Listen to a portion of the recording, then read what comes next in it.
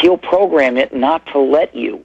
So proprietary programs frequently have these malicious features, which we call digital restrictions management, or DRM, or digital handcuffs. They are designed to stop you from doing things. So that program may not be your servant. It may be your prison guard. In any case, these are things that we can take control of ourselves. We can free ourselves and each other, and that's what we've been doing in the free software movement since I started it. But there are other areas where we just can't solve the problem that way. Surveillance in the internet service provider. Well, we can't stop that by choosing to use a different program in our own computers, because it's not happening in our computers. It's happening in some central office. Now, one thing that helps somewhat is to use programs like the GNU Privacy Guard for encryption of the messages and files we send each other. But even even encryption doesn't do the whole job. And when there's censorship, in Australia, the main organization that fights for civil liberties on the internet, which is Electronic Frontiers Australia, was forced to take down a link that they had put up in a discussion of censorship, showing what kinds of things are getting censored.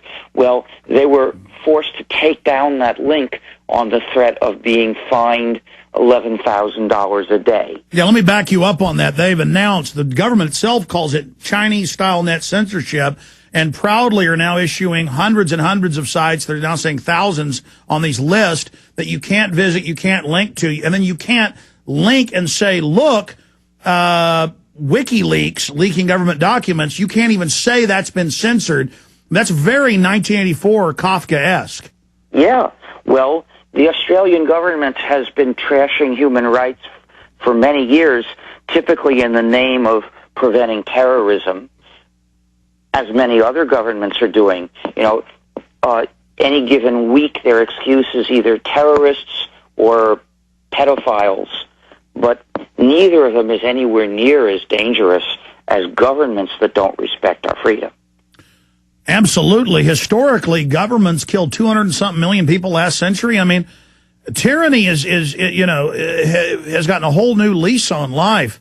So specifically, what do we do? I mean, if citizens and companies try to go with free software solutions and support groups like yours, what else can we do? I mean, I guess we vote with our dollars, we vote with our time. I mean, let's say I'm a company with 20-something.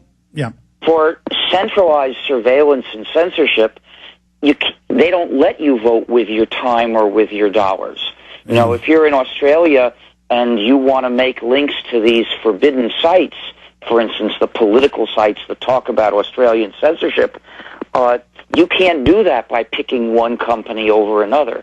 You'd have to put your site outside Australia, and then maybe Australia wouldn't let anybody link to your site. Yeah, that's the key. That's what Australia's saying they're going to do, is block most of the web. But, I mean, that's the key, is that's what Homeland Security has announced, that they're going to take over all the infrastructure, even of private companies, and as indentured servants, they have to allow Pentagon, Air Forces, who's running it, snooping hubs that control and save all the data. This is open. I mean, this makes what Bush was doing look tame in comparison, and I'm nonpartisan. So I guess it doesn't matter because they're seizing the infrastructure. This is criminal.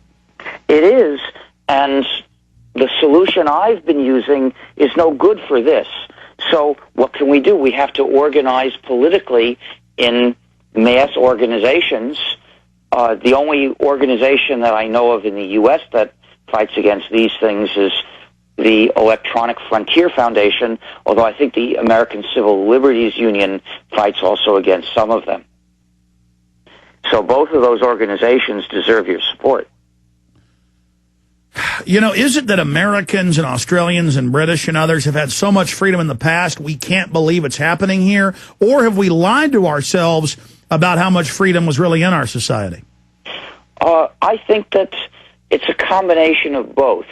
It's certainly the case that there was much less surveillance of all our communication in the past. You see, this is one thing that digital technology makes much easier. In the 1960s, I don't think anything kept track of who you called locally.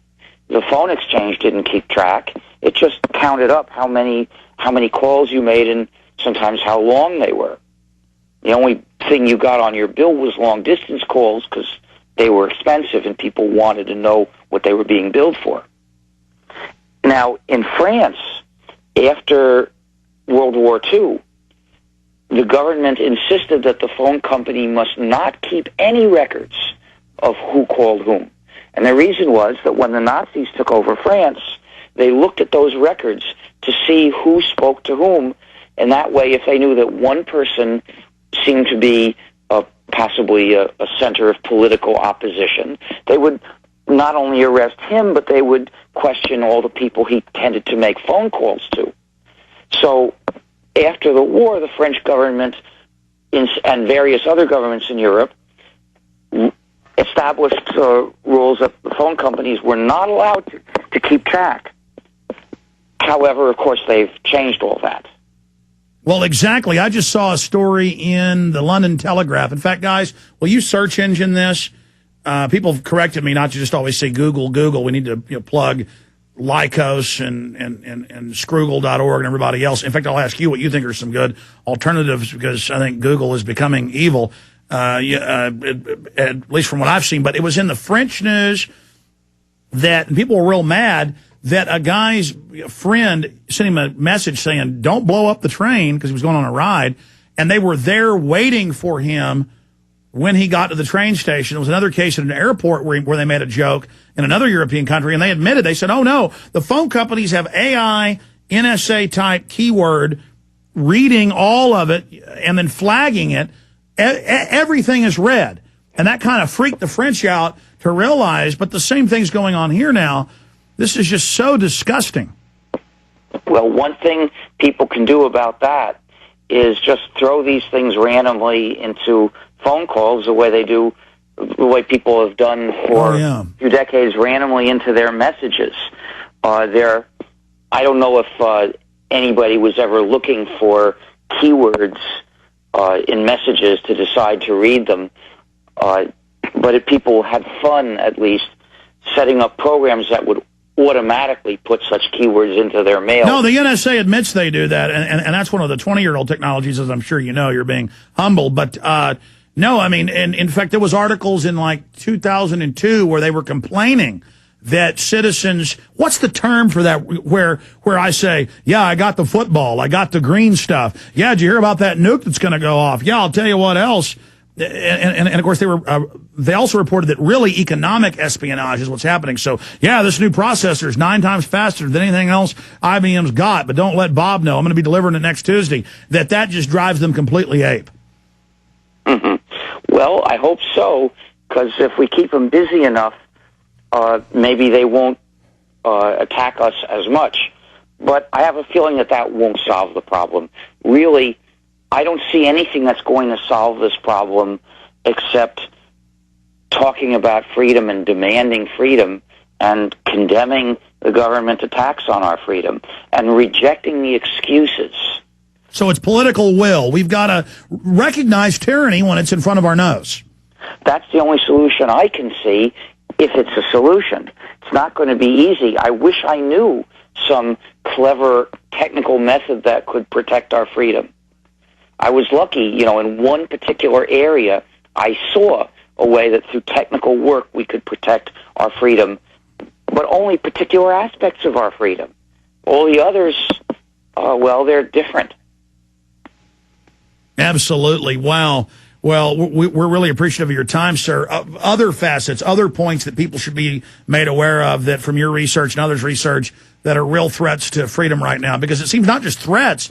We have this surveillance being institutionalized to where there's just no such thing as a Fourth Amendment. Yes. We see the logic for reasoning about privacy rights is screwed up in the U.S. It may have worked okay in the past. The argument usually is if a policeman could see it from the street, then he's got a right to look. And that made sense.